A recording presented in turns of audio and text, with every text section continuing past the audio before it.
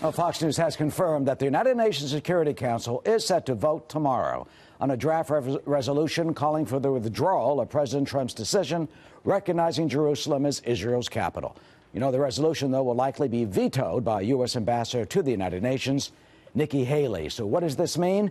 Ambassador Dennis Ross joins us now, former Special Middle East Coordinator, Fox News foreign affairs analyst, and author of the book Doomed to Succeed, the U.S.-Israeli Relationship from Truman to Obama. Ambassador, the draft, which I've read, it's sponsored by Egypt. It expresses deep regret at the president's declaration. It says that it, quote, has no legal effect, is null and void, and must be rescinded, and it calls for no nation to place an embassy in Jerusalem. Is this vote tomorrow significant or just merely symbolic?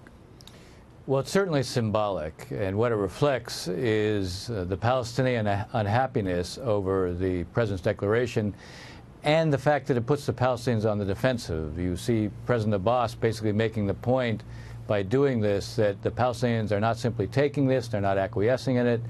The image that was created, even though it's not the reality, the image that was created was somehow Jerusalem was being conceded already.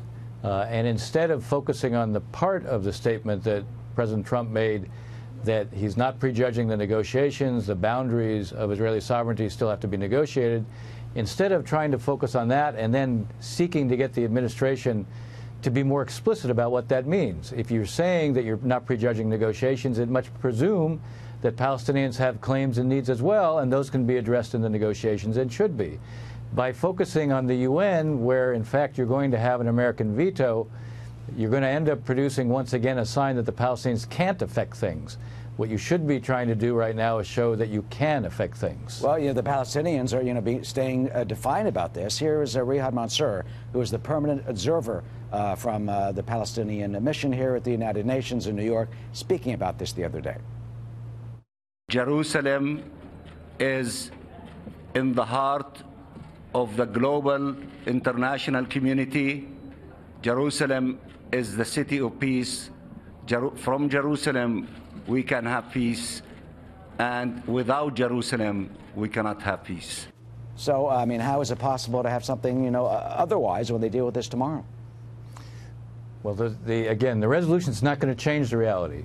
Even if you can put it on the table, you can have it voted, and when the United States veto it, it means that nothing's going to happen. What the Ambassador Mansour was saying, in effect, is with Jerusalem, you can have peace. Without it, you can't have peace. Well, on the one hand, that's probably right.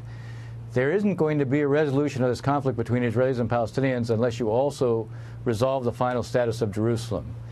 Now, that has to be negotiated. The president's statement didn't preclude that. In fact, he says it needs to be negotiated.